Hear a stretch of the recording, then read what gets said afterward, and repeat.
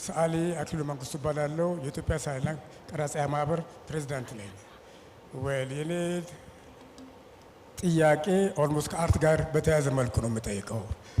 አርት ኢነሰንስ ኢስ ኦልሬዲ አሁን ትልቁ ሰዓሊ ማን ነው? ፈጣራችን ነው። ፈጣራችን የሰራውን ስራ በአሁኑ ሰዓት ላይ ትልቅ የሆነ ሪፎርም እየተካሄደ ነው ያለው። ይሄን ሪፎርም ምንድነው የፈጠረው? ጊዜ የፈጠረውን ነገር የሰው ልጅ በይበልጥ በዚህ በ3 ዓመት ላይ ያንን ኔቸር የሰራውን ስራ ጎልጎን አውጥተን ለሀገራችንም አልፎ በዓለም ደረጃ እንዲደነቅ አድርጎታል፣ በከተማችን ሆነ በሀገራችን ሌቭል። ስለዚህ ይህ ትልቅ ጥበብ ነው። ያንን ጥበብ ማሳወቅና ማሳየት ቀላል ነገር አይደለም። ስለዚህ በዚህ ነገር ላይ የተደረገው ሪፎርም ስራ በጣም ከኛም አልፎ በአፍሪካም ጭምር የሚደነቅ ስራ ተሰርቷል። ለዚህ ከፍተኛ የሆነ አድናቆት አለኝ።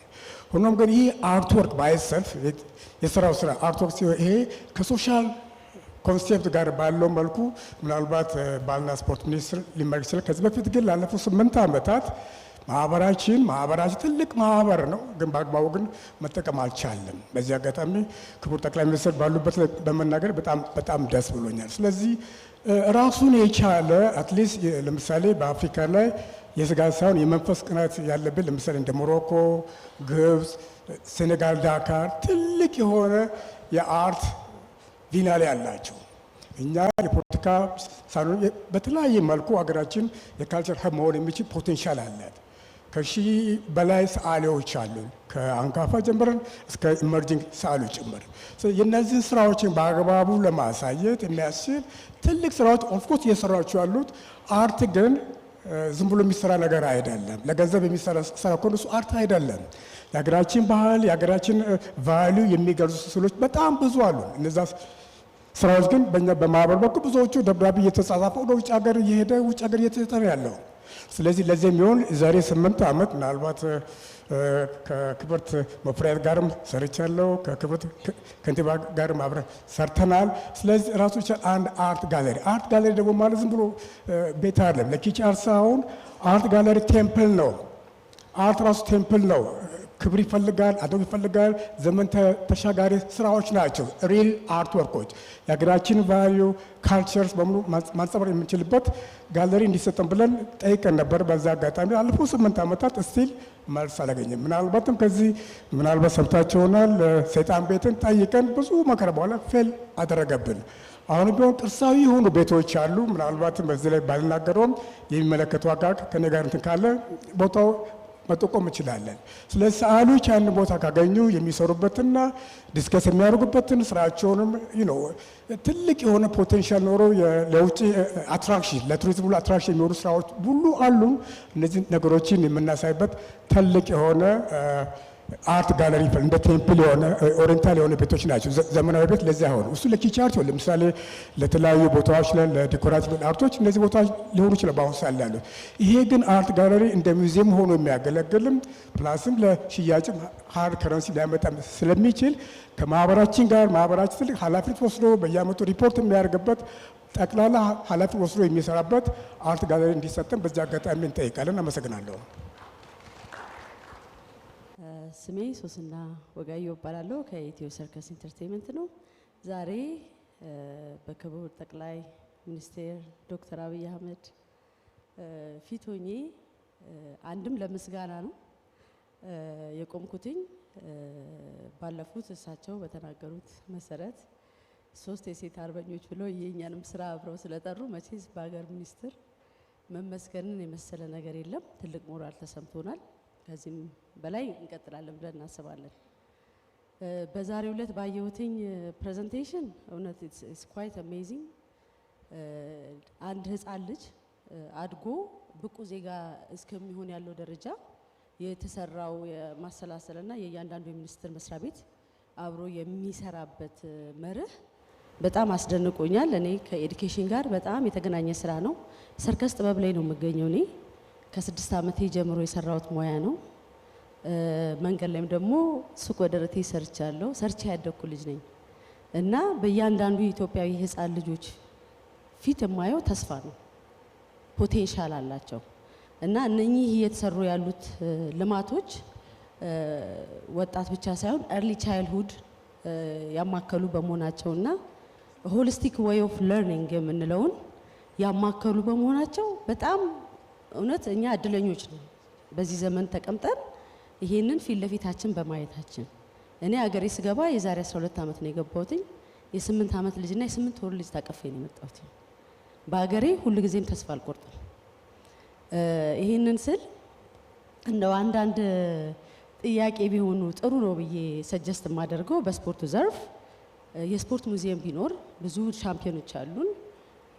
እንደ በእንግሊዝ ሀገርም በተለያዩ ሀገራቶች ሙዚየሞች አሉ፣ የስፖርት ሙዚየሞች። ስለዚህ እነኚህ አትሌቶቻችን ያመጡት ውጤቶች አንድ ቦታ ላይ ተጠራቅመው ለህዝብ ይፋ ቢሆኑ ቢቻል ብዬ ሰጀስት አደርጋለሁ። ሌላው ደግሞ ያው መሰረተ ልማቶቹ እንዳሉ ሆነው ላይክ ለትራክ፣ ለፉትቦል፣ ለተለያዩ ነገሮች የሚውሉ በፊት የሚያስቆጨን የነበሩ ነገሮች እየተሰሩልን ነው። አሁን ደግሞ ካሉት ፌዴሬሽኖች በአብዛኛው ኦልሞስት 30 የሚሆነው ኢንዶር ጌም ነው እና ትንሽ ደግሞ ወደ ኢንዶር ጌሙ ጂምናዚየሞች ላይ ፎከስ ብናደርግ አንድ 4 ኪሎ ነው ያለን፣ ግን ጂምናዚየሞች በጣም ኢምፖርታንት ናቸው። ለምሳሌ ጂምናስቲክስ አሁን እና አሜሪካን እንደተለያዩ ሀገሮች ከዓለም ላይ ኦሎምፒክ በጣም ትልቅ ዋጋ የሚሰጣቸው አንድ አትሌት 8 ሜዳሊያ ይዞ መግባት ይችላል በጂምናስቲክ እና እንደዚህ አይነት ትኩረት የተሰጣቸው አቅጣጫዎች ካሉ የኛም ተክለ ሰውነታችን ለዛ የሚሆን ነገር ነው። እኛም ደግሞ እየገነባ ነው ያለነው በእንጦጦ የሚገኘው የመጀመሪያው ሃርቶፕ ሰርከስ ቬኑ ነው የሚሆነው አፍሪካ ላይ። ስለዚህ ያንን ታሪክ ኢትዮጵያ እንድትወስድ እያደረግን ስለሆነ እግዚአብሔርም ይረዳናል። በጣም አመሰግናችኋለሁ። ኦል ዘ ሚኒስተርስ አይ ኖ ታይማችሁን ሰውታችሁ ሳምንታትን አይደለም ወራቶችን ተበድራችሁ የምትሰሩ ሰዎች እንደሆናችሁ እናውቃለን፣ እናምንባችኋለን። ዛሬም የቀረበው ነገር ደግሞ ያንን ነው የሚያመለክተውና እጅግ በጣም አመሰግናለሁ ለዚህ ኦፖርቹኒቲ። ቴንክ ዩ። ዶክተር በዛብህ ብርሃኑ እባላለሁ። በሙያዬ ሐኪም ነኝ፣ እንዲሁም የኪነ ጥበብ ባለሙያ ነኝ። በጤናው ሴክተር ጤና ሚኒስቴር በአካታችነት የህብረተሰብን ጤና ለመጠበቅ በደንብ እየሰራ እንደሆነ አይተናል። እንደው ማረሚያ አካባቢ በህግ ጥላ ከለላ ስር ላሉ ታራሚዎች በጤናው ዘርፍ ምን ያክል ስራ እየተሰራ ነው የሚል ጥያቄ አለኝ። ለክብርት ሚኒስቴር የምጠይቀው ከባህል የብሔራዊ ሙዚየም አሁን ባለው ደረጃ ተሻሽሏል። በእርግጥ አዎ እዛው በዛው ነው። በአገሪቱ የመደመር አስተሳሰብ ከሄድን ትክክል ነው። መጨመር ላይ ግን ገና ነው። ለምን ብሔራዊ ሙዚየም የሚያክል የኢትዮጵያ ብሔራዊ ሙዚየም ብለን ብሔራዊ ሙዚየም እዛ ውስጥ ነው ያለው። እንግዲህ አስቡት ያሉ የአገር ባህሎችን በሙሉ ብንጠራ ከዛ የሚገኘው ሀብት በስነ ጽሁፍ፣ በሙዚቃ፣ በስዕል፣ በቲያትር እያልን እንደምንሄደው በስዕል ብቻ ትልቅ ሀብት በአገሪቱ ውስጥ አለ። የት ጋር ነው የሚታየው? እንግዲህ ሌላውን የትምህርቱን እንትን ሌሎች ይናገሩበት እና አንድ ብሔራዊ ሙዚየም ለኢትዮጵያ አልበቃም። የስዕሉ ትንሽ ነች። አሉ የተባሉትን ሰዓሊዎች ሊያስተናግድ አልቻለም፣ ከጥራትም ከእውቀትም ጋራ እና ምናልባት ትምህርት ቤቱም ሁነኛ ቦታ ሊያገኝ የሚችልበት ይሄንን ስዕል ብዬ ስለምናገር ይቅርታ፣ የጠቅላላ የስነ ጥበባትን ማለቴ ነው። ራሳቸውን ችለው መታየት ማውጣት አዲስ ማምረት አለባቸው፣ መፍጠር አለባቸው። ማምረት የሚለው አይመችም። መፍጠር የሚችሉበትን ሁኔታ አሁን ጊዜው ነው። ለጥበባት ልክ እንደ ኢንዱስትሪው ለምን አንድ እንትን አይሰራለትም? አምስቱም ሴክተሮች ባቀረቡት ላይ እንደ አንድ ዜጋ በጣም ኮርቻለሁ። አንዱም ላይ ኢንክሪመንታል ትራንስፎርሜሽን አላየሁም። ሁሉም ላይ ኤክስፖኔንሻል ትራንስፎርሜሽን የነበረው ይሄ እንደ አንድ ዜጋ እጅግ የሚያኮራ እና የኢትዮጵያዊ በመሆኔ በጣም የሚያኮራኝ ነው እና ከሁሉ በላይ ደግሞ ስራውን መሬት ላይ ያለውም የሚመሰክረው ነው የሚሆነው። ምናልባት ያልተነሱ ነገሮች ላይ ትኩረት ባደርግ እንግዲህ እንደ ግሉ ዘርፍ ወደ 30 ሺህ የሚሆኑ ተቋማት በእኛ ስራ አሉ። አጠቃላይ ከመንግስት ውጭ የሆኑትን ነው የምንወክለው። ቀደም ብሎ የነበረው በጤና ሚኒስቴርና በግሉ ሴክተር መካከል የነበረው ፖላራይዝድ የሆነ የግሉና የመንግስት መካከል ደብል ስታንዳርድ አለ በሚል ብዙ ጊዜ ስንሞግት ነው የቆየ ነው። ሪሰንትሊ በሚገርም ሁኔታ የግሉ ዘርፍ በፖሊሲ ስትራቴጂ፣ ኢኖቬሽን፣ ኳሊቲ፣ ሬጉሌሽን በጣም ስትሮንግ በሆነ አላይመንት ነው አብረን እየሰራን ያለ ነው። ሁለተኛው የፕራይቬት ሴክተር ኢንጌጅመንት ስትራቴጂ ኮኦክሪኤት አድርገን ለማጽደቅ መጨረሻ ደረጃ ላይ ደርሷል። ከዚያ ሲያልፍ በየኳርተሩ የግሉ ዘርፍና ክብርት ሚኒስትር ከቲሞቻቸው ጋር ሆነን እየተገናኘን ባሉት ፈተናዎች፣ ተግዳሮቶች ላይ እየተወያየን ላሉት ችግሮች መፍትሄ እየሰጠን ነው እየሄድን ያለ ነው። እዚህ ላይ አንድ ክቡር ጠቅላይ ሚኒስትር መጠየቅ የምፈልገው የአፍሪካ ሀገራትም ጋር የአፍሪካ ሄልዝ ኬር ፌዴሬሽን ሜምበርም ነን። በዚህ ሰዓት የቼርማንሺፑም የኛ የኢትዮጵያ ሄልዝ ኬር ፌዴሬሽን ነው። ዞርም ባየንበት አጋጣሚ ከሴክተር ያለፉ ውስብስብ ችግሮችን ለመፍታት በአንዳንድ ሀገራት ላይ ከፕሬዚዳንቱ ወይ ከፕራይም ሚኒስትሩ ጋር በ6 ወር አንዴ በጋራ ኢንጌጅ የሚያደርጉበት መንገድ እንትኖች አሉ፣ ልምዶች አሉ። ያስተዋልነው በእነዚህ ሀገራት ፕራይቬት ሴክተሩ በጣም የጠነከረ ከመንግስት ጋር ያለው ኢንጌጅመንት በጣም የጠበቀ መሆኑን የተረዳ ነውና በኦፊሶ በኩል ቢያንስ በ6 ወር ወር በአንድ ዓመት ምናልባት መልቲ ሴክቶራል የሆኑና ከፍ ያሉትን ችግሮች አድሬስ ለማድረግ እድል ቢመቻችልን የሚል ጥያቄ ነው ያለኝ። በአጠቃላይ ግን ጤና ሚኒስቴር ከግሉ ዘርፍ ጋር እየሰራበት ያለው ምናልባት ለሌሎች ሚኒስቴር መስሪያ ቤቶችም ትልቅ ምሳሌ ሊሆን የሚችል ነው እና በዚህ አጋጣሚ ክብርት ሚኒስትር ዴኤታዎች አጠቃላይ ከላይ እስከታች ያሉትን የጤና ሚኒስቴር ኃላፊዎች ማመስገን እፈልጋለሁ።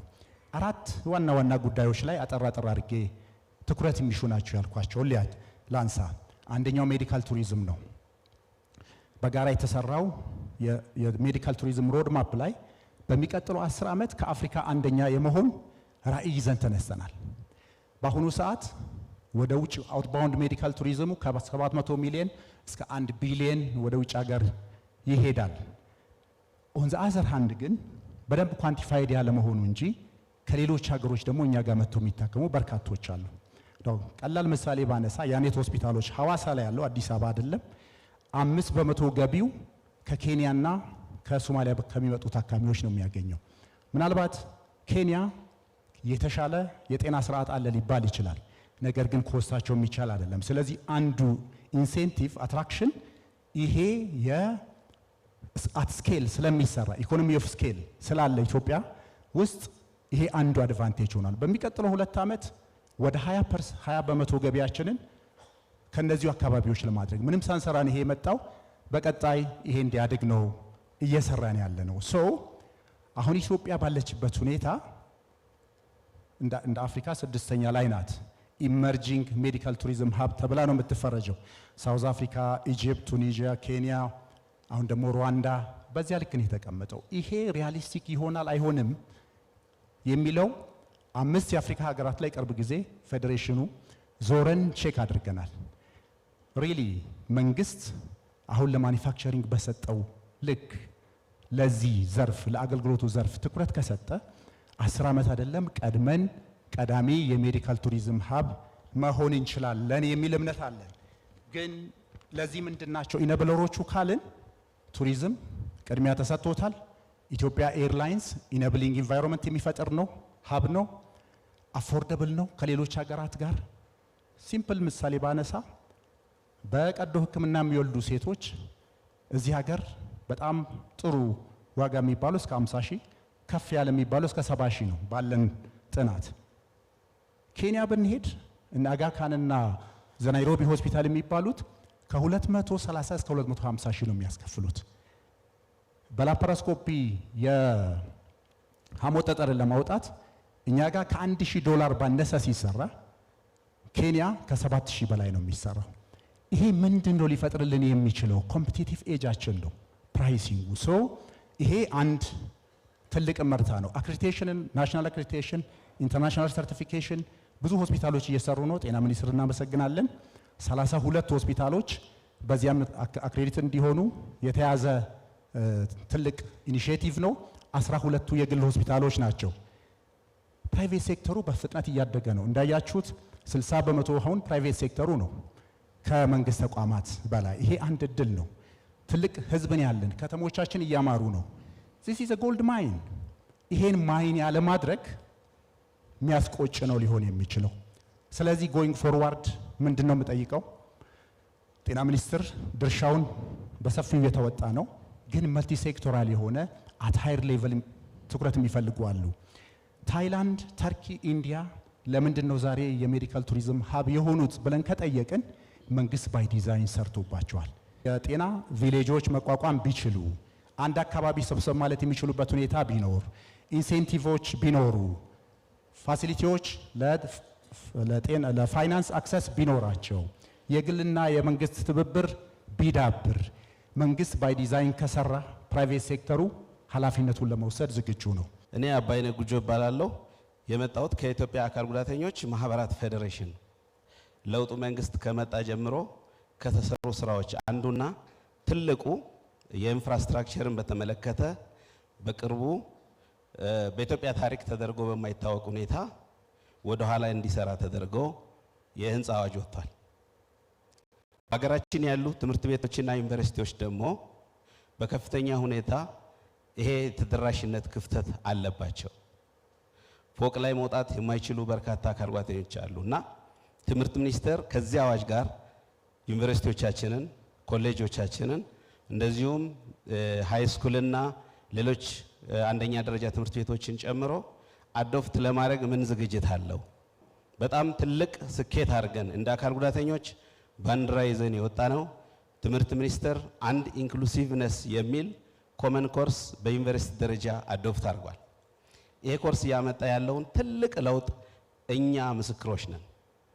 ነገር ግን ጥቂት የሚባሉ ዩኒቨርሲቲዎች አሁንም ይሄንን ተቀብለው ወደ ተግባር እየቀየሩ አይደለም።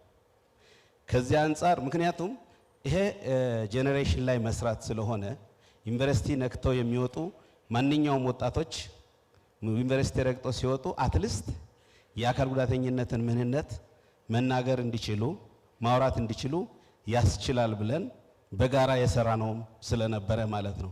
የአካል ጉዳተኛ መምህራን በተለይ በከፍተኛ ተቋማት አካባቢ ያሉ መምህራን አያያዝ ላይ ምን ዝግጅት አለ? ምን ተደርጎላቸው ያውቃል? በተለየ ሁኔታ በአካል ጉዳታቸው ምክንያት ያጡትን ለመሙላት መንግስት ምን እየሰራ ነው የሚለውን ቢመልሱልኝ የሚል ሀሳብ አለኝ። ሌላው ከጤና መሰረተ ልማቶች ጋር ተያይዞ ነው። የቅድም ለትምህርት ያነሳውት የህንፃ ተደራሽነት ጤናንም ይመለከታል። ከዛ ባሻገር የአገልግሎት ተደራሽነቱ ጋር ተያይዞ ሰፊ ስራዎች አሁንም የሚቀሩ ይታዩናልና እነዛ ላይ በተለይ አገልግሎት ተደራሽነት ስንል አስቸኳይ ቅድም የቀረቡ በወረርሽኝ መልክ የሚመጡ በሌሎች ምክንያቶች የሚደርሱ የአካል ጉዳቶችን ጨምሮ በቅድሚያ በመስጠት የአካል ጉዳተኞችን ከማስተናገድ አንጻር ያሉ እንትኖችን መለይተን ማወቅ ብንችል ጥሩ ነው ብዬ አስባለሁ። በዚህ አጋጣሚ ክቡር ጠቅላይ ሚኒስትራችን እዚህ ስላሉ ሳናመሰግን ብናልፍ ንፉግም የሆነው ምንድነው የአካል ድጋፍ አገልግሎት ከፍተኛ የሆነ በሀገራችን ትልቁ ችግር ነበር። ነገር ግን አንደኛ ሴቶችና ማህበራዊ ጉዳይ ሚኒስቴር ይሄ አገልግሎት በዋናነት የጤና አገልግሎት ነው ብሎ በማመን ደግሞ የተፈራርሞ ወደ ጤና ሚኒስቴር ማዞሩ ይታወቃል። ይሄ ትልቅ እርምጃ ነበር። በወቅቱ ትክክለኛ እይታ ነበር። ከዛ ጋር ተያይዞ ክቡር ጠቅላይ ሚኒስትራችን ጳውሎስ ጀርባ ወድቀው የነበሩ በአመት 10 ልጆች ማገልገል የማይችል ተቋምን በከፍተኛ ሁኔታ በኢትዮጵያ የኢፖስ በሚል በአዲስ መልክ አቋቁመው በዚህ ደረጃ በአሁኑ ሰዓት በሰፊው ባለን መረጃ በዚህ አመት እንኳን በካፒታል በጀት ከፍተኛውን በጀት እንዲወስዱ ተደርገው በመልካም ሁኔታ የሚገኙ ስለሆነ አንድ ጊዜ ጠቅላይ ሚኒስትራችንን ብታመሰግኑልኝ ደስ ይለኛል። ይሄ በዚህ አበቃ ብሆን አላመሰግናቸውም ነበረ። ነገር ግን ጤና ሚኒስቴር በአሁኑ ሰዓት በስፋት ይሄን ተሞክሮ ወስዶ በየክልሎች ይሄንን አገልግሎት ለማስፋት እየሰራ ስለሆነ በዚህ አጋጣሚ ጤና ሚኒስቴርንም እጅግ አድርገን እናመሰግናለን። አካል ጉዳተኞች የውጪ ስራ ስምሪት ምን ማዕቀፍ አለው? ምክንያቱም አካል ጉዳተኞች መስራት ይችላሉ ካልን፣ አካል ጉዳተኞች ማድረግ ይችላሉ ካልን፣ የውጪ ስራ ስምሪትን ደግሞ በህግ አግባብ እየመራን ከሆነ እዛ ውስጥ የአካል ጉዳተኞች ተጠቃሚነት ምን ያክል ነው የሚል ነው። ሌላው በተለይ ከቲቬት አንጻር፣ ከኮሌጆቻችን አንጻር፣ ከሙያ ማሰልጠኞቻችን አንጻር በተለይ የአካል ጉዳተኞች ለምሳሌ አእምሮ ገሱስነት ያለባቸው ወጣቶችን ወገኖችን እዛ ገብቶ ስልጠና ወስዶ ከመውጣት አንጻር የተዘጋጀ ማዕቀፍ ካለና እየተደገፉ ከሆነ እንደዚሁም በርካታ አካል ጉዳተኞች እንደየጉዳት አይነታቸው የሚለውን ለማንሳት ፈልጌ ነው። እነዚህ ነጥቦች አድሬስ ቢያደርጉልኝ ደስ ይለኛል። ስቴዲየሞች ቅድም የተባሉ ትንንሽ ስቴዲየሞችን ጨምሮ ሰፊ ስራዎች ይሰራሉ። እዛ ማዕቀፍ ውስጥ የአካል ጉዳተኞች ተጠቃሚነት በእቅድ ከመስራት አንጻር ምን ይመስላል የሚለውን ቢመልሱልኝ። ከዛው ጋር ተያይዞ የጤና ስፖርት ተብሎ በስፋት እየተሰራ ነው ያለው። እዛ ማዕቀፍ ውስጥ የአካል ጉዳተኞች ተጠቃሚነት ምን ይመስላል፣ በተለይ የጤና ስፖርት ላይ የአካል ጉዳተኞች ተሳትፎ ምን ይመስላል የሚለውን አያይዞ ቢመልሱልኝ። ሌላው ፓራሊምፒክ ስፖርት ነው። ፓራሊምፒክ ስፖርት እንደምናውቀው በሀገራችን ከአትሌቲክስ ቀጥሎ በኦሎምፒክ ሜዳ ላይ ባንዲራችን ከፍ ያደረገ ብቸኛውና ሁለተኛው ስፖርት ነው። ነገር ግን አደረጃጀቱን ወጥ ከማድረግ አንጻር አደረጃጀቱን ልክ እንደ ኦሎምፒክ እንደ ሌሎች ሀገራት ከማድረግ አንጻር ሰፊ ስራዎች ይቀራሉ። ከዚህ በፊትም ብለናል። አሁን ዝግጅቱ ምን ይመስላል? ራጂ ዲንሳ እባላለሁኝ ከመቄዶንያ የበጎ አድራጎት ማህበር ምክትል ስራ አስኪያጅ ነኝ። በ56ቱም ቅርንጫፎች ያለ ማዕከል ስለሆነ የዚሁ አዲስ አበባውንም የክልሎቹንም እንዲጎበኝልን ስለምንፈልግ በዚህ አጋጣሚ እዛ ላይ ኢትዮጵያን እንወቅ ላይ እንድታካቱልን እንፈልጋለን።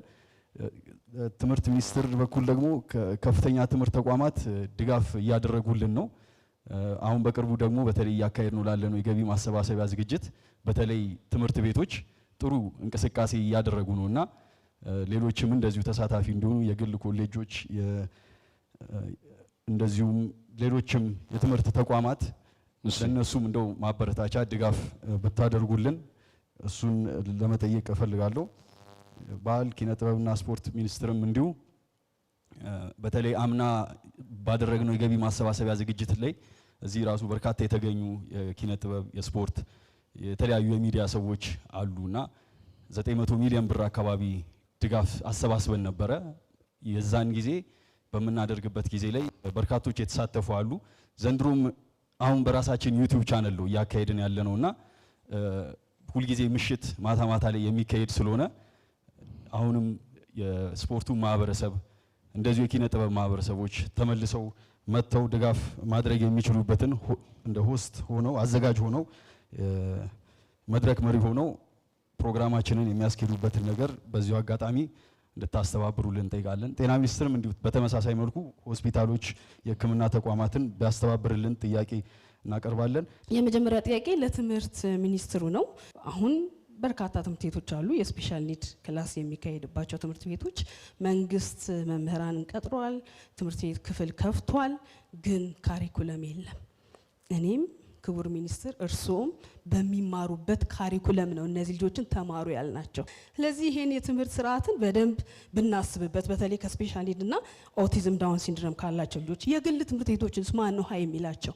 ኮታ ሲስተምን ሙያ ስልጠና ላይ እኔ የስራና ክህሎት ሚኒስትር በጣም በተደጋጋሚ መጥቼ እርስዎን አጥቼዎት ነው መልካም ሰው እንደሆኑ ሰማለሁኝ፣ ግን አሁንም ስልጠና ላይ እድሜያቸው ከፍ ከፍ ላሉ የስራ እድል ፈጠራ ላይ በደንብ መታሰብ አለ። በመጨረሻ የኛ ማህበር በዋናነት የሚደገፈው በሴቶችና ማህበራዊ ጉዳይ ሚኒስቴር ነው። እንዲቆም የማወራው ሴቶችና ማህበራዊ ጉዳይ ሚኒስቴር ስላሉኝ ነው። በጣም በርካታ ልጆችን እየደገፈልን ነው።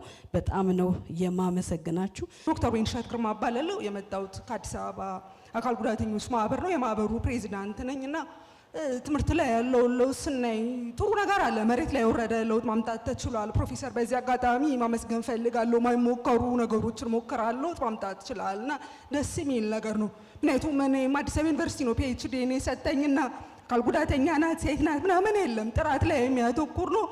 የአካል ጉዳተኛ ህጻናት ትምህርት ላይ እንድትበረታ ነው አደራ ማለት የምፈልገው እና አካል ጉዳተኞች ላይ ካቢኔዎች ምን እየሰሩ እንደሆነ ስትገመግም ምን ሰራችሁ ብለን እንድትጠይቅልኝ አደራ ማለት ፈልጋለሁ። መካተት አለበት። አካል ጉዳተኛ ሲባል ብዙ ጊዜ የሚታይ ጉዳት ነው። አሁን ቆሜ ሲሄድ ብታይ በፍጹም አካል ጉዳተኛ ናት ልትለኝ አትችልም፣ ምክንያቱም የሚታይ ጉዳት የለኝም።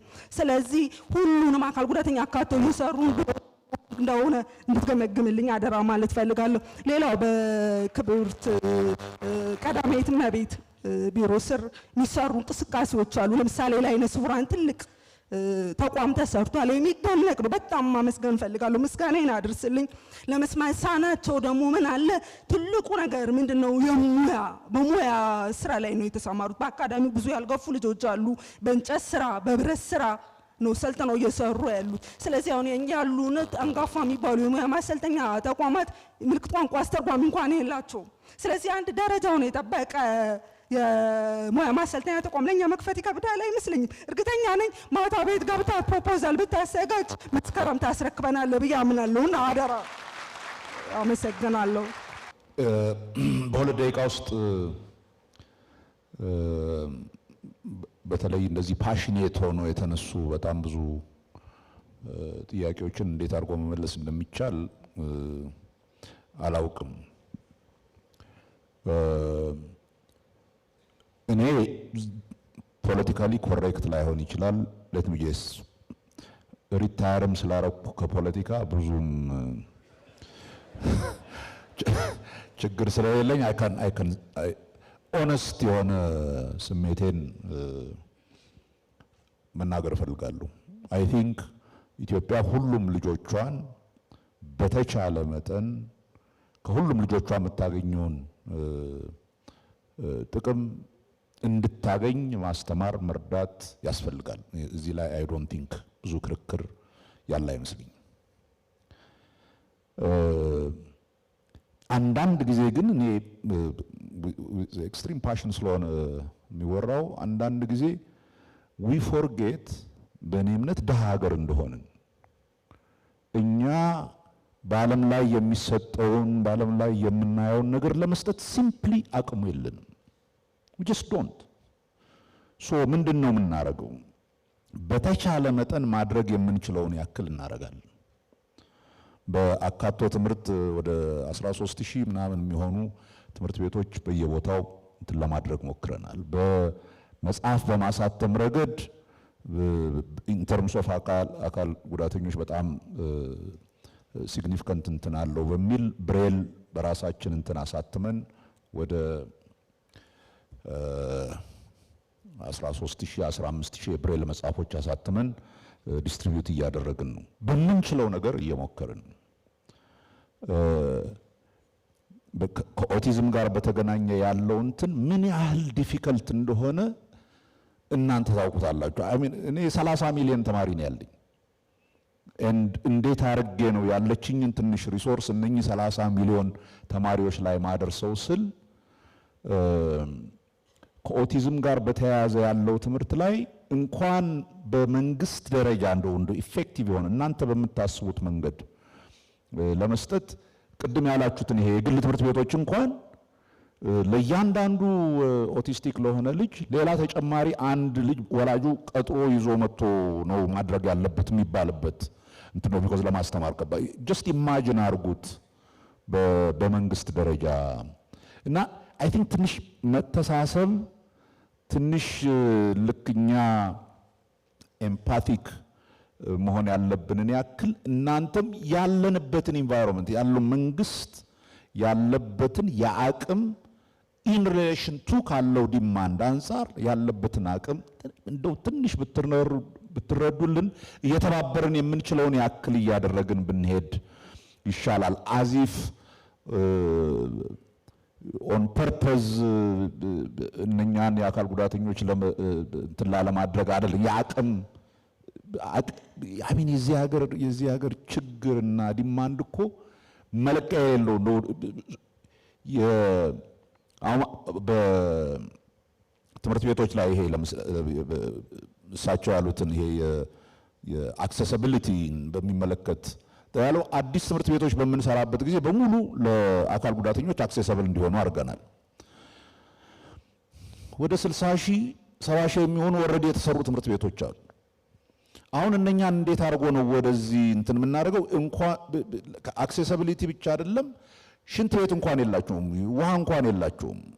ሶ ኦልዌይስ እንዲህ አይነት ችግር ውስጥ ስንሆን ፕራዮሪታይዜሽን የሚባል ነገር አለ። ወደድንም ጠላንም አንዳንድ ጊዜ እንትን እያደረግን ነው የምናደርገውና ጨምሮ ብለን አሁን እኛ የሚሰሩት ትምህርት ቤቶች ላይ እዛ አካባቢ ሲያሰሩ የአክሴሲቢሊቲንም ኢንቱ አካውንት ውሰዱ፣ መታጠቢያ ቤትም ለአካል ጉዳተኞች አድርጉ እንላለን። ግን ይሄ በመንግስት እንትን የሚሰራ አይደለም፣ የአቅም ጉዳይ ነው። ሶ ኦል አይ አም ሴይንግ ኢዝ ፕሊዝ አንደርስታንድ አካል ጉዳተኞችንም ሆነ ሌሎችን መርዳት ለልጆቹ ብቻ አይደለም ለአገርም ይጠቅመናል። ቢኮዝ እነኚህ ልጆች በደንብ ትምህርት አግኝተው እንትን ቢያደርጉ የት ቦታ ሊደርሱ እንደሚችሉ አንዳንዶቹ ዲፔንዲንግ አፖን በተለይ ስፔክትረም ስንት ጥቅም ሊሰሩ የሚችሉ ልጆች እንዳሉ እናውቃለን። ከዛ መጠቀም እንፈልጋለን። ግን አት ዘ ሴም ታይም በጣም ኤክስትሪምሊ ድሃ አገር ውስጥ ያለን መሆኑን ኤንድ ቀስ እያልን ዴቨሎፕ እያደረግን የምንሄድበት እንትን እንደሆነ እንድትረዱ ብቻ ነው። በእያንዳንዱ እንትን ላይ መናገር ስለማልችል ነው። የአርት ስኩልን በሚመለከት እኔ አይ ቲንክ ፌር ለመሆን ጠቅላይ ሚኒስትሩ ከመጡ ጊዜ ጀምሮ መጀመሪያ እኔ መንግስት ስልጣንም ላይ ሳልወጣ በፊት አዲስ አበባ ዩኒቨርሲቲ ቦርድ እያለሁ ዋን ኦፍ መጀመሪያ ነገር አትራክት አድርጓቸው ለማስተካከል የሞከሩት አሌ ስኩል መጥተው በነበረበት ጊዜ ያደርጉት ነገር። ከዛ በኋላ ኢሚዲየትሊ እንጦጦ ላይ ትልቅ ጋለሪ ተሰርቶ ለአዲስ አበባ ዩኒቨርሲቲ ተሰጥቷል። አርት ላይ አይ ቲንክ ሲምፕሊ በከተማ ውስጥ እንኳን የሚደረገውን ይሄ ከኮሪዶር ልማት ጋር በተያያዘ እኔ አሁን ሱስ ይዞኛል። አሁን የባህር ማን ነው የወንዝ ዳርቻ ላይ ወክ ማድረግ በፊት ጂም ነበር እንትን መሄደውና የሚደረገው ሙከራ ይሄ ቱ አክቹሊ ሜክ ኢት አትራክቲቭ ቱ አክቹሊ አርቶችን እንትን ለማድረግ የሚደረገው ሙከራ እኔ የኢትዮጵያን አርቲስቶች በጣም ፖሲቢሊቲዎችን እያሳየ የሚሄድ በቂ ነው ወይ? ኦፍ ኮርስ በቂ አይደለም። በጣም ብዙ ነገር ይፈልጋል። በት አቴምፕቱ አለ ለመጀመሪያ ጊዜ ኮንሽስሊ አርት ኢን ኤቭሪ ሴንስ ኦፍ ዘ ተርም ኖት ኦንሊ ኢን ተርምስ ኦፍ ፋይን አርት በት ኢን ተርምስ ኦፍ ሚውዚክ ኢን ተርምስ ኦፍ ቲያትር ዴቨሎፕ ማድረግ አለበት በሚል ኮንሽስሊ እየተሰራ ነው። አጌን ግን ሁላችንንም ሳቲስፋይ በሚያደርግ ሌቭል በአንዴ ሊሰራ አይችልም። ኢት ቴክስ ታይም። እሱን ዴቨሎፕ እያደረግን እናደርጋለን።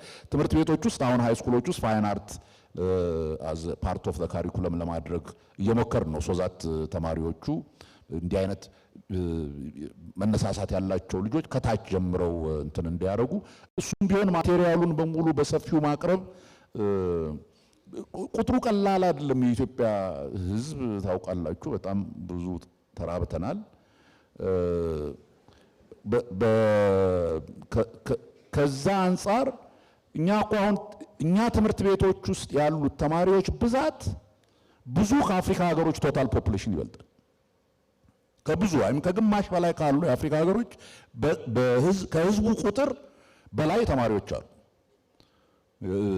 እና ይሄን ሁሉ ማዳረስ ጨዋታ አይደለም። ኢት ኢዝ ታፍ እንደ ለረጅም ጊዜ ማዳረስ አለብን ብለን እንዴት ኳሊቲዎቹን ኮምፕሮማይዝ እንዳደረግን ይታወቃል። አሁን በተቻለ መጠን ኳሊቲ ኮምፕሮማይዝ ሳናደርግ እንዴት እናዳርስ እያልን ነው። እና ትንሽ ታገሱ። ሁሉን ነገር ባንዴ ማድረግ አይቻልም። አካታችነት ግዴታ የሚያስፈልግ መንግስትም ደግሞ አስቦበት በሰፊው እየሰራ ያለ ስራ ነው። እንደምታዩት ከጥያቄው ጀምሮ ብዙ ነገሮች ላይ አይተናል። በጤናው ዘርፍ ደግሞ የረጅም ጊዜ ጥያቄዎች እንደነበሩ ይታወቃል። ስለዚህ ከትምህርት ቤት ጀምሮ መጀመር ያለባቸው በሙያው ዙሪያው ላይ ደግሞ ብዙ ነገሮች መማር ያለባቸው ስላለ ባለሙያዎቻችን ቋንቋዎችን እንዲረዱ በተለያየ ጊዜ ደግሞ የተቋሞቻችን እዚህ ላይ መድረኩን ትላይል ይችላል። ግን በተቋም ደረጃ እንኳን እኛ ማኔጅመንት በየ2 ሳምንት የሚኖረን ላይ ማለት ነው በሳምንት አለን በየ2 ሳምንቱ የሚኖረን ላይ የ1 ሰዓት እስከ 1 ሰዓት ተኩል ያለው የማኔጅመንት አባሎቻችን የምልክት ቋንቋ እንዲማሩ እየተደረገ ነው። አንዳንዶቹን ለፈተና እያዘጋጀን ነው። ይሄ ግዴታ እያሰብንበት መስራት ያለብን ነገር እንደሆነ ያሳያል። አመሰግናለሁ። እንደ አገልግሎትም በተለይ ወሊድ ላይ አገልግሎት የሚመጡ ላይ ብዙ እኛም እንደ አገልግሎት ሰጪ ሆኜን የማይቸዋለሁኝና ጠጋ ብለን ማገዝ መጠየቅ ቤዚክ የሚባሉ ነገሮችን ማገዝ ያስፈልጋል። ስለዚህ ብዙዎቻችን ይሄንን እናያለን። ነገር ግን በፕሮግራም አስቡ ይሄ ስትራክቸር ይዞ መሰራት ስላለበት የሚደረጉ ነገሮችን በሚቀጥሉትም በጣም ትኩረት ሰጥተን የምንሰራበት እንደሆነ ማንሳት ፈልጋለሁ። አካቶ ትግበራ በወረቀት ብቻ ሳይሆን በትግበራ ተጀምሯል።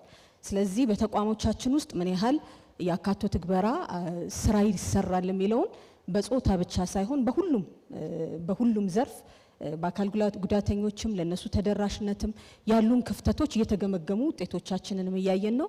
በቅርብ ጊዜም ተቋማችንና ሌሎች መስሪያ ቤቶች ሌሎች ሚኒስቴር መስሪያ ቤቶች ተገምግመዋል። ዝቅ ያሉ ውጤቶቻችንን በደንብ ለይተናል። ከማወቅ ስለሚጀምር ያለንን ክፍተቶች በለየት ጀምረናል። የራሳቸው የሆኑ ኢንቨስትመንቶች ስለሚፈልጉ በዚህ ሁላችሁም እዚህ ያላችሁ በዚሁም እንድትተባበሩን የመንግስት ብቻ ስራ ስለማይሆን የመንግስትና የግል ከዛም በተጨማሪ ደግሞ የበጎ ፈቃደኞችም ስራ ስለሚፈልግ በዚህ ተባብረን እንድንሰራ ጥሬን ማቅረብ ፈልጋለሁኝ። ጥያቄዎቹን ግን ሙሉ ለሙሉ ወስደናቸዋል ለማለት ነው። በህፃናት እንዲሁም በተለያዩ ቦታዎች ላይ በተለይ የአርት ጥያቄ ተጠይቋል። የአርት ላይ እኔ ብዙ ነገር አልልም። ነገር ግን ጤና ራሱ የአርት ኦፍ ፊሊንግ ነው እና በአርቱ ላይ ያሉ ባለሙያዎቻችን ደግሞ በብዙ ነገር ይደግፉናል፣ ሴክተሩንም ማለት ነው። ቅድም ያልናቸው በጎ ፈቃደኞችን በመቀስቀስ ለህብረተሰቡ ደግሞ የማንቂያ ስራዎችን በመስራት መከላከልም ላይ የምንሰራቸው በኮቪድ ጊዜ በብዙ ነገር ተደጋግፈናል እና ቅድም የመመሰጋገኛ ጊዜ ስላልሰጠው በዚሁ ባካችሁ እንድታመሰግኑልኝ እጠይቃለሁ። ስለዚህ አሁን የተጠየቁ ጥያቄዎች ላይ አብረን የምንሰራቸው ስራዎች ከናንተ ጋር ይኖራሉ። በማረሚያ ቤት ያሉ ዜጎቻችንንም ተደራሽነት በመንግስት ተቋሞቻችን በሙሉ ይሰጣሉ። የነጻ ሕክምና ከምንሰጥባቸው ዘርፎች ውስጥ ነው አንዱ ማለት ነው። በመከላከል የሚያግዙ ወይም ድንገተኛ ሕክምና ላይ ደግሞ ከዘርፉ ጋር ከሚኒስቴር መስሪያ ቤቱና እንዲሁም ደግሞ ከተጠሪ ተቋሞቹም ጋር ተቀራርበን እያየን ነው። መጠናከር ያለባቸውንም ነገሮች እንወስዳለን። ይህንን ግብዓት የምንወስድበት እንደገናም ደግሞ ያሉ የተሰሩትን የምንመልስበት ስለሆነ የተሰሩ ስራዎች አሉ፣ እናጠናክራለን። የመከላከል ስራችንንም ለሁሉም ዜጋ በእኩልነት እንዲደርስ እናደርጋለን ማለት ፈልጋለሁኝ። በተለይ በዶክተር ግርማ ተነስቶ የነበረው የአምራች ዘርፉን እንደምንደግፈው ሁሉ ሌሎችንም ምክንያቱም ይሄን ዘርፍ ነው የአንዱ ዘርፋችን ነው ኢንዱስትሪ ነው። ኢንዱስትሪውን ለመደገፍ በተለይ እንደምናውቀው የአምራች ዘርፉን በሰፊው የሴክተር ሚኒስቴር መስሪያ ቤቶች አንድ ላይ በመሆን እየደገፍን ያለው እንደ ኢኮኖሚም ሴክተር ማለት ነው።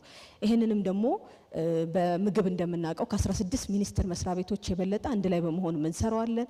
በክቡር ምክትል ጠቅላይ ሚኒስትር አመራር እንዲሁም አንድ ላይ በመሆን ብዙ ስራ ይሰራል። ስለዚህ በዚህም ዘርፍ ተጨማሪ ትኩረት የሚሰጡ የሚያስፈልጋቸው ነገሮች በተለይ በኢኮኖሚና ከሌሎች ዘርፍ ጥያቄዎች ጋር ያሉትን አብረን ለመስራት የበለጠ አጠናክረን እንሰራለን። ግን የተሰሩት ላይ ብዙ ድዌል ሳናደርግ የሰፋ ስራ ለመስራት እናጠናክራለን። ግን አለ ፕላትፎርሞች አሉ፣ እነዛን የማጠናከር ስራ ይቀጥላል ማለት ነው። በጣም ትልቅ ለውጥ የመጣበት በተለይ ኢትዮጵያ አካል ድጋፍ አገልግሎት የምንሰጥበት ኢፖስ በጣም ዲፓርቸር ነው ለሀገራችን። በዚህ በለውጡ ጊዜ የመጣ ነው። ክቡር ጠቅላይ ሚኒስትር ተቋሙን ከጎበኙበት ጊዜ ጀምሮ በጣም ሀገራችን ለኛ ብቻ ሳይሆን ለሌሎች አጎራባች ሀገሮችም ትልቅ ድጋፍ እየሰጠንበት ያለን ነው። ጥያቄው ብዙ ነው። በጣም ብዙ ዲማንድ አለ። ብዙ መዳረስ ያለበት አገልግሎት አለን። ከዛ አንጻር አሁንም በተለይ በዚህ ዘርፍ ላይ ኢንዱስትሪው የበለጠ እንዲሰራ እንዲያግዘን ጥሪም በዛው ማስተላለፍ ፈልጋለሁ። ምክንያቱም የኢንዱስትሪ ዘርፉ አምራች ዘርፉ በተለይ እንዲያመጣልን ተኪ ምርቶችን ወደ ሀገር ውስጥ ማምጣት በዘርፉ ደግሞ የሚሰለጥኑ ባለሙያዎችን ከመስራት አንጻር ካሪኩለሙን ቀርጸን ወደ ትግበራ እየገባን ነው። ተቋሞቻችን በዛ ዘርፍ ብቻ የሰለጠኑ ባለሙያዎች ከዚህ በፊት በሌሎች ሀገሮች እያሰለጠንን ነበር። እዚሁ በመካከለኛ ስኬል እናሰለጥናለን። ከፍተኛ ስልጠና ስለሚፈልግ የሰው ካፒታል የሂውማን ካፒታላችንን ከመጨመር አንጻር ትልቅ የትኩረት አቅጣጫችን ነው። በድጋፍ ብቻ ያለ ሳይሆን በመንግስት በጣም ትልቅ ድጎማ ተሰጥቶበት የሚሰጥ ዘርፍ እንደመሆኑ በመንግስትና በግል እንዲሁም ደግሞ በአምራች ዘርፉ ድጋፎች እንዲቀጥሉም ጥሪያችንን በዚሁ ማስተላለፍ ፈልጋለሁኝ። ሌሎች በተለይ ደግሞ በስነ አእምሮና በተለያዩ ዘርፎች ካሉ ባለሙያዎቻችን ጋር የኦቲስቲዝም ብቻ ሳይሆን የሌሎች የአእምሮ ውስንነት ያላቸውን ዜጎቻችንን ተጠግቶ ከመደገፍ ከማየት አንጻር የተጀማመሩ ስራዎች አሉ። ገና ነው፣ ብዙ ነገር ይፈልጋል። የተነሱ ጥያቄዎችንም አይተን በተለይ በኢንሹራንስ የማህበረሰብ አቀፍ የጤና መድን ላይ በጣም መግለጽ ስለሚያስፈልግ ነው። ከሚኖረው ካለን ከ63 ሚሊዮን ዜጋችን ውስጥ 25%ቱን መንግስት በቀጥታ የሚደግፈው ያ ማለት በተሰበሰበ ገቢን ብንመለከተው ከ4 ቢሊዮን በላይ ገንዘብ ድጎማ ይደረጋል ማለት ነው። በጣም ከፍተኛ የሆነ ድጎማ የሚደረግበት ይሄ ላይ ደግሞ ዜጎቻችን አሁንም ተደራሽነት ላይ ጥያቄ ካለ ከሌሎች የክልል አመራሮችም ጋር በሰፊው የምንሰራው ስለሆነ በተለያዩ የዘርፉ እና የክልል ርዕሰ መስተዳድሮች መንግስት በቀጥታ ከሚኒስቴር መስሪያ ቤቶች ጋር የሚያየው ዘርፍ ስለሆነ በጥያቄ ውስጥ ክፍተት ካለ የምንመለከተው ይሆናል ማለት ነው። ድጋፋችንን ግን እናጠናክራለን። ክቡር ፕሮፌሰር እንዳነሱት በጣም ትልቅ ድጋፍ የሚፈልግ የሴክተር እንደመሆኑ ሁላችንም ተባብረን የመንግስት ብቻ ሳይሆን እስከዛሬ እንደሚደረገው በመንግስትና በግል በመንግስትና ደግሞ በማህበረሰብ ድጋፍ የምናረጋቸው ቅድም እዛ እንደተነሳው የተለያዩ ተቋማት ይሄንን ለህብረተሰባቸው እያዳረሱ ነው። ይሄንን ደግሞ በመደገፍ መንግስት በተለያዩ ነገሮች ድጋፉን ያጠናክራል ለማለት ነው። የተነሱትን ወስደናል። ጥያቄዎቹን እንደ ግብዓት አድርገን የምንሰራባቸው ይሆናል። እጅግ አድርጌ አመሰግናለሁ። አመሰግናለሁ። የተነሱ ጥያቄዎችን በሁለት ዋና ዋና ጉዳዮች መመልከት እችላለሁ። አንደኛው የቴክኒክና ሙያ ስልጠና ስርዓቱ ለአካል ጉዳተኝነት እየሰጠ ያለውን ምላሽ የተመለከተ በኋላ እህቶቼ በዚህ በኩል ካነሱት ከሙያ ስልጠና ጋር ተያይዞ ያለውን ጉዳይ ለማንሳት ነው። ሌላው ከስራ እድል ጋር የተያያዙ ጉዳዮች ናቸው። ከዚህ አንጻር የቴክኒክና ሙያ ስልጠና ስርዓቱ በአንድ በኩል ከስልጠና አኳያ፣ በሌላ መንገድ በመሰረተ ልማት፣ በሶስተኝነት ደግሞ የቴክኖሎጂ ሽግግር እና የኢንዱስትሪ ኤክስቴንሽን አንዱ ተልእኮ ነውና ከዛ አኳያ ትኩረት ሰጥተን በተለይም በስልጠና ስርዓቱ ረገድ አካታችነት እንዲረጋገጥ ሰፋፊ ስራዎች አሉ። አሰልጣኞቻችንን በምልክት ቋንቋዎች የማሰልጠን የማዘጋጀት፣ ስታፎቻችንን በዚህ ጉዳይ ላይ የማሰልጠን የማዘጋጀት ስራን ጨምሮ የቴክኒክና ሙያ ስልጠና ተቋማት አንዱ መገምገሚያቸው መሰረተ ልማት ብቻ ሳይሆን ለአካል ጉዳተኞች አገልግሎት የሚሰጡ ማዕከላትን እንዲከፍቱ አቅጣጫ ተቀምጦ እየተሰራ ነው ያለው። በርካታ ተቋማት ይህንን ለማሟላት ሰፊ ርቀት ሄደዋል። መሰረተ ልማቶችን በቻልነው አቅም ወደ ኋላም ሄደን ለማረም አዳዲስ የሚሰሩት ደግሞ ይህንኑ ታሳቢ አድርገው እንዲሄዱ የማድረግ ስራ ላይ በስፋት እየተሰራ ነው ያለው። ይሄ ይበልጥ ተጠናክሮ ይቀጥላል። ምክንያቱም እሳቤዎቻችን አንዱ አካታችነትን መሰረት ያደረጉ ሰው ተኮር እሳቤዎች ስለሆኑ ከነዚህ እሳቤዎች የተቀዱ አዳዲስ ፖሊሲዎችን ስትራቴጂዎችን ነው ተግባራዊ እያደረግን ያለነውና ይሄ ይበልጥ ተጠናክሮ ይቀጥላል። ሁለተኛና በስፋት እየሰራን ያለነው የአካል ጉዳተኞችን ችግር ሊፈቱ የሚችሉ ትልቅ አቅም እንዳላቸው በጽኑ እናምናለን። ምክንያቱም በተሰማሩበት መስክ በርካቶቹ ውጤታማ መሆናቸውን ዊትነስም እያደረግን ያለነው። በቅርብ ወደ ብዝሃ ምርት የተሸጋገሩ የአካል ጉዳትን ሊያግዙ የሚችሉ ቴክኖሎጂዎች አሉ። አርቲፊሻል ኢንተለጀንስን ማዕከል ያደረጉ ናቸው። አንዱ ትልቁ የስማርት ዊልቸር ነው። በስፋት በብዝሃ ምርት በስፋት ወደ ማምረት የተሸጋገሩ ወደ ቤተሰብ ስልክ መደወል የሚችል አደጋ ካለ ትልቅ እገዛ ያደርጋል ብለን ይሁነን ብለን የአካል ጉዳትን መሰረት ያደረጉ ይሄንን ማቃለል የሚችሉ ሞቢሊቲን ማሳለጥ የሚችሉ ቴክኖሎጂዎችን ማልማት ላይ ትኩረት አድርገን እየሰራን ነው ያለነው። ለማሳያነት ብቻ ሳይሆን ወደ ብዝሃ ምርት መሸጋገር አለባቸው ተብለው ተለይተው ተመርጠው እየተሰሩ ካሉ ቴክኖሎጂዎች ውስጥ አንዱ ነው። ሁኔታዎችን አመቻችተንም በአካልም እንድታዩቸው ማድረግ እንችላለንና አንዱ የቴክኒክና ሙያ ስልጠና ስርዓቱ በዚህ መንገድ ምላሽ እየሰጠ እንደሆነ አጭር መረጃ ለመስጠት ነው። ሌላኛው ከፍትሃዊ ተጠቃሚነት ጋር ተያይዞ የስራ እድል ላይ በየአመቱ ባለፉት አመታት እያደገ የመጣ ቁጥር አለ።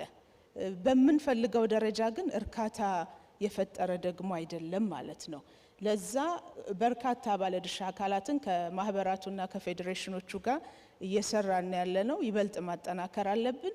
የመስሪያ የመሸጫ የሚባሉ ቦታዎችን ጨምሮ እየተሻሻለ የመጣ ብድር አቅርቦትን ጨምሮ በየጊዜው እየለካን የጎደለንን ምን እናድርግ ብለን በጥናትም ለመመለስ ጭምር የምንሰራበት የአሰራር ስርዓት አለ። ይበልጥ ማጠናከር ይኖርብናል። የኦቲዝም ቻሌንጅ ያላቸውን ልጆች ምናልባት ከፍቅር ጋር በተጨማሪ እንሰራለን። ከዚህ በኋላ የበለጠ ከሌሎች ማዕከላት ጋር እየሰራን ያለ ነው። አንዱ የልጆቹ ክህሎት ላይ ነው። ሌላኛው ወላጆቻቸው የእናቶቹ በርደን መቃለል ከተቻለ ራሱ ትልቅ ነገር ነው። እናቶቻቸው እቤት ውስጥ ሆነው መስራት የሚችሏቸው ስራዎች ላይ ተጨማሪ ክህሎቶች ላይ የጀመርናቸው አሉ። እድሜያቸው ከፍ ያሉ ወጣቶችን ታዳጊዎችን ደግሞ ተጨማሪ ክህሎት ማስታጠቅ ላይ በእኛ በኩል ከመቼውም ጊዜ በላይ ፍላጎቱም ዝግጁነቱም አለ። የመንግስታችን የትኩረት አቅጣጫ ነው። አንዱን ጥሎ አንዱን አንጠልጥሎ አይደለም ልማታችን፣ ሁሉንም ያካተተ ስለሆነ በዛ መንገድ እኛም አጠናክረን እንቀጥላለን። እጅግ አድርጌ አመሰግናለሁ። በርከት ያለ ጥያቄ ነው ስፖርትንና ጥበብ ባህልን በሚመለከት የተነሱት። የተወሰኑ ጉዳዮች ላይ ብቻ ሀሳብ ለመስጠት ነው የተነሱ ጥያቄዎችን ሁሉንም እጅግ በጣም አድርገን እናከብራለን። የሚወሰዱትን ወስደን የእቅዳችን ቀጣይ ትኩረት አቅጣጫ ያደረግናቸው ስለሆኑ አንዳንዶቹ በልዩ ሁኔታ የምንሄድ ይሆናል።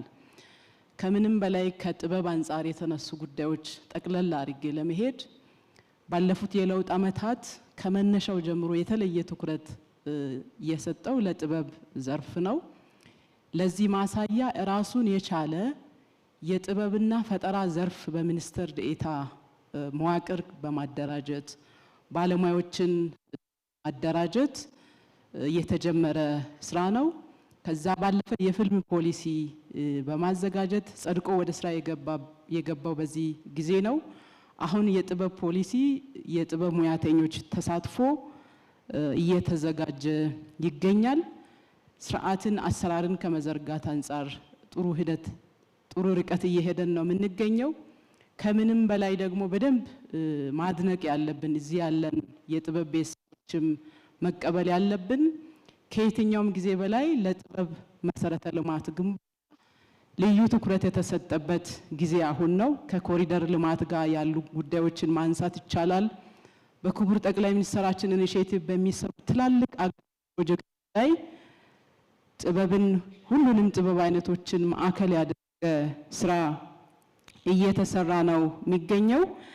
ከባህል ማዕከላትም ከሙዚየሞችም አንጻር ቅርስን የመጠበቅ ባህል ማዕከላትን የማደስ ደረጃቸውን የማሳደግ ስራዎች ከየትኛውም ጊዜ በላይ የተሰራው በዚህ ለውጥ ጊዜ መሆኑን ለጥበብ ቤተሰቦች መረጃ ለመስጠት ነው። የሰዓሊያን ማህበርን ጨምሮ በጥበብ የተደራጁ 18 ማህበራት አሉ።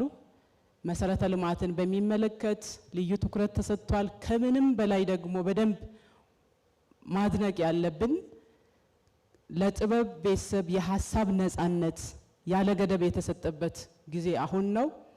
ከመሰረተ ልማት ግንባታ ጀምሮ ህግና አሰራር ስርዓትን ከመዘርጋት ጀምሮ ያለ ገደብ ሀሳብ እንዲንጸባረቅ ከማድረግ አንጻር መንግስታችን የሚጨበጥ ስራ ሰርቷል። ይሄን ሁሉ ተጠቅመን ግን ምን እያደረግን ነው? ለልጆቻችን የምትሆን ለነገ የምትሆን ኢትዮጵያ ግንባታ ላይ ምን አበርክቶ እያደረግን ነው የሚል ጥያቄ እኔን ጨምሮ ለጥበብ ቤተሰብ ለማቅረብ እፈልጋለሁ። ጊዜ ስለሌለኝ ብዙ መሄድ ስለማልችል ከስፖርት ልማትም አንጻር ድንቅ ስራዎች ተሰርተዋል። የተሰራው መሰረተ ልማት ሁሉንም ስፖርት አይነቶችን ያካተተ ነው።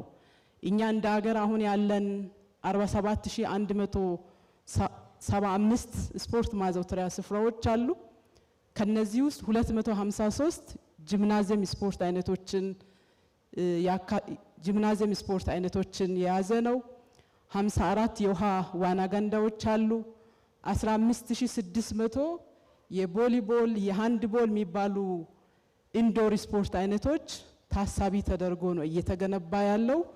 አሁን ግንባታ እየተደረገ ያለው እንኳን አዲስ አበባ ስቴዲየም ብንወስድ ከ10 በላይ የኢንዶር ስፖርት አይነቶችንም ታሳቢ ያደረገ ነው። ምናልባት ብዙ ጊዜ የምናሳየው በአትሌቲክስ እና በእግር ኳስ ላይ የተሰሩ ሜዳዎችን የሚሆን ከግንዛቤም በደንብ እያንዳንዱን ከማሳየት አንጻር ከኛ የሚቀር ስራ ስላለ እሱን ወስደን ወደፊት ምናሳይ ይሆናል። የሚቀሩ ስራዎችንም ደግሞ ኢትዮጵያ ትልቅ አገር ስለሆነች ሁሉንም ስራ በአንድ አመት ወይም ደግሞ በተወሰኑ ዓመታት ጊዜ ውስጥ ሰርተን ማጠናቀቅ ስለማንችል ቀጣይ ጊዜ የበለጠ ትኩረት ሰጥተን የምንሄድበት ይሆናል። ግን የተሰራው መሰረተ ልማት ሁሉንም ስፖርት አይነቶችን ያካተተ መሆኑን ለእናንተ መረጃ ለመስጠት ነው።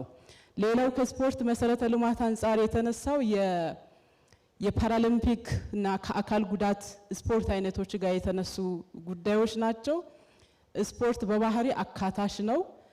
እኛ ካለን 34 ስፖርት ፌዴሬሽኖች ውስጥ አንዱ የፓራሊምፒክ ኮሚቴ ነው። ይሄ ፓራሊምፒክ ኮሚቴ ከኦሎምፒክ ኮሚቴ ጋር አቻ ነው። ራሱ የቻለ የራሱ ስራ አስፈጻሚ ኮሚቴ አባላት ያሉት፣ ስራ አስፈጻሚ አባላት፣ ምክትሎች፣ ሰብሳቢዎች፣ ፕሬዝዳንቶች ያሉበት ስለሆነ እኩል ትኩረት እየሰጠን ነው የምንገኘው።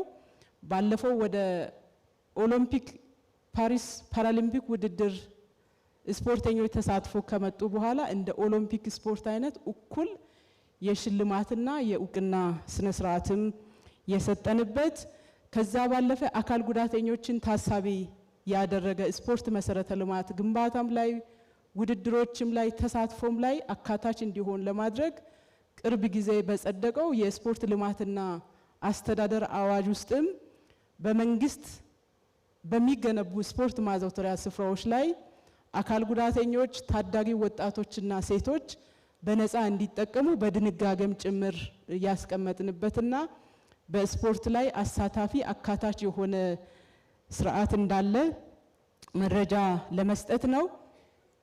ከምልክት ቋንቋም ጋር ተያይዞ ስትራቴጂ አዘጋጅተናል።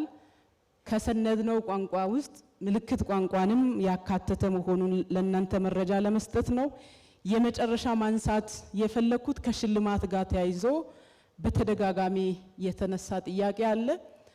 ሽልማትን በሚመለከት እንደ መንግስት ሽልማትና እውቅና ማበረታቻ የምንሰጠው ኢትዮጵያን ወክሎ በሚሄዱ አገራዊ በሆኑ ውድድሮች በኦሎምፒክ፣ በፓራሊምፒክና በዓለም ሻምፒዮና ኢትዮጵያን እንደ አገር ወክሎ የሚሄዱ ስፖርተኞችን ነው የእውቅናና የማበረታቻ ስርዓት እንደ መንግስት የምናደርገው።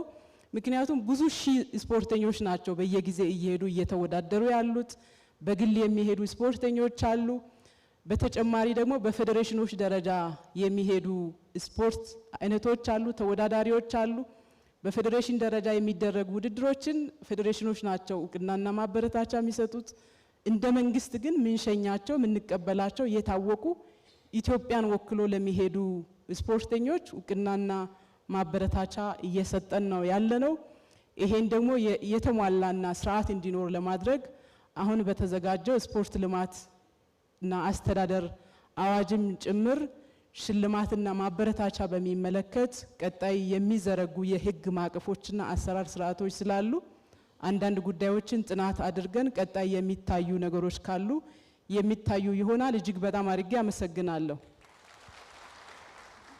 እንግዲህ ተቋማችን ወይ ሴክተራችን ከለውጡ በኋላ ሪፎርም ሲደረግ በጣም መሰረታዊ የሚባል የስትራክቸራል ሪፎርም ከተደረገባቸው ሴክተሮች አንዱ ነው።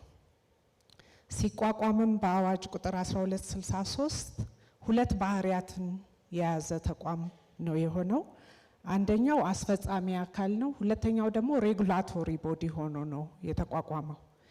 የአካቶ ትግበራን ስንመለከት ከዚህ በፊት ከስርዓተ ጾታ ጋር ብቻ በተገናኘ የጄንደር ሚኒስትሪሚንግ ላይ ፎከስ አድርጎ የሚሰራ ነበር።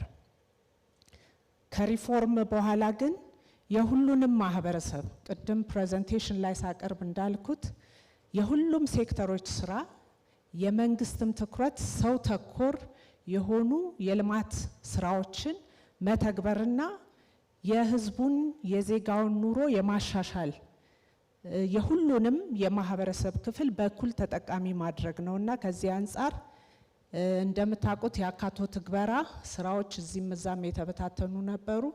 የአካል ጉዳተኞች፣ አረጋውያን፣ ወጣቶች፣ ሴቶች፣ ህፃናት ሁሉም የማህበረሰብ ክፍሎች ተጠቃሚነታቸው በሁሉም ሴክተሮች እንዲረጋገጥ ከማድረግ አኳያ ራሱን የቻለ ዲፓርትመንት ተቋቁሞ ምዘና ጀምረናል ማለት ነው። ይሄም የተጠያቂነትን ስርዓት ከማስፈን አኳያ ነው። ሁሉም ተቋማት በፌዴራል ደረጃ ሁሉም ሴክተሮች ምዘና ተደርጎላቸዋል።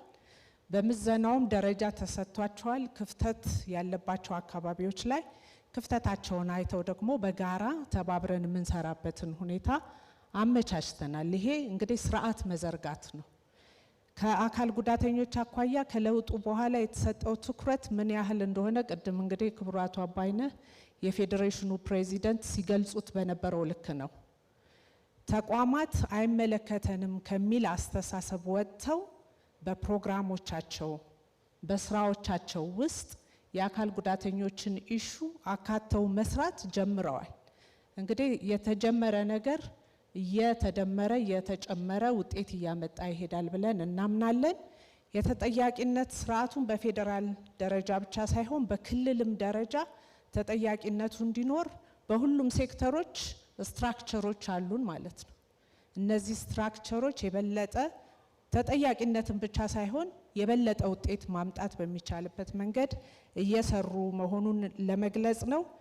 እኛ መፍጠር የምንፈልጋት ኢትዮጵያ ሁሉንም ዜጋ በእኩል ተጠቃሚ ማድረግ የምትችል መብትና ደህንነታቸው የተረጋገጠ እንዲሆን እና የበለጸገች ኢትዮጵያ ውስጥ ደግሞ የራሳቸውን ተሳትፎ እንዲያደርጉ ከማድረግ አንጻር ስለሆነ ይሄንን የተሰጡንን ግብአቶች ይዘን የበለጠ ደግሞ አጠናክረን የምንሄድ ይሆናል። አመሰግናለሁ። በጣም እናመሰግናለን። አምስቱንም ክቡራን ሚኒስትሮች ከልብ አመሰግናለሁ።